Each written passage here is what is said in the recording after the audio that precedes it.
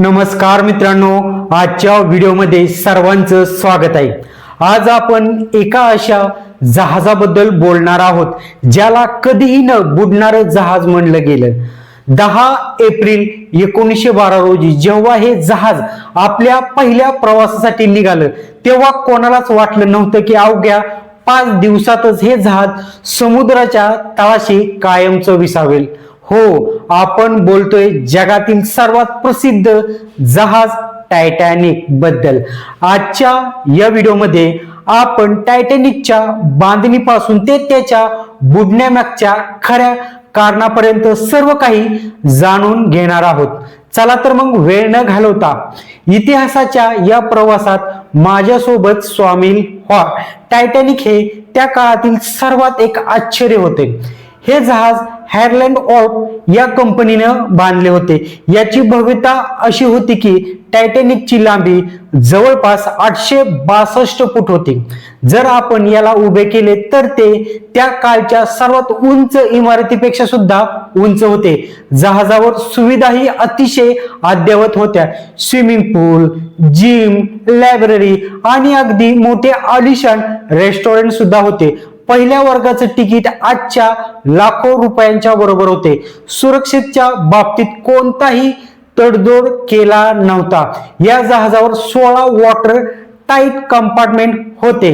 असा दावा केला होता की जरी 4 कप्पे पाण्याखाली गेले तरी जहाज बुडणार नाही। 10 एप्रिल 1912 रोजी टायटॅनिक इंग्लंडच्या बंदरावरून न्यूयॉर्क साठी निघाले। जहाजावर सुमारे 2200 प्रवासी होते। यामध्ये जगातील सर्वात श्रीमंत व्यक्तीपासून ते स्वतःचं नशीब आजमावण्यासाठी अमेरिकेत जाणारे सामान्य लोकांचाही समावेश होता। प्रत्येकाच्या डोळ्यात एक स्वप्न होतं, पण त्यांना माहिती नव्हतं की नियतीचा खेळ काही वेगळाच आहे। प्रवासांचं पहिलं 4 दिवस खूप शांत गेलं, पण 14 एप्रिलच्या रात्री वातावरण बदलले। समुद्र एकदम शांत होता आणि रात्री खूप थंडी होती। रात्री 11:40 जहाजाच्या वरच्या भागात तैनात असलेल्या कर्मचाऱ्याने अचानक समोर एक महाकाय हिमखंड म्हणजे आईसबर्ग दिसला। त्याने लगेच डोक्याची घंटा वाजवली। कॅप्टनने जहाज वळवण्याचा प्रयत्न केला, पण टायटॅनिकचा वेग जास्त होता। जहाज हिमखंडाच्या बाजूने घासून गेला आणि जहाजाच्या खालच्या भागाला मोठे तडे गेले। अवघ्या काही मिनिटात जहाजाचे 5 कंपार्टमेंट मध्ये पाणी शिरले। इंजिनियरला समजेना की आता हे जहाज वाचवणे अशक्य आहे।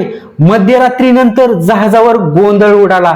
कॅप्टनने लाईफ बोट पाण्यात उतरवण्याचा आदेश दिले, पण येथे मोठी चूक झाली होती। जहाजावर 2200 लोक होते, पण लाईफ बोट फक्त 1200 लोकांसाठीच पुरेशा होत्या। नियमानुसार प्रथम महिला आणि मुलांना बोटीत बसवण्यात आले, पण घाबरलेले लोक जीव वाचवण्यासाठी इकडे तिकडे धावत होते।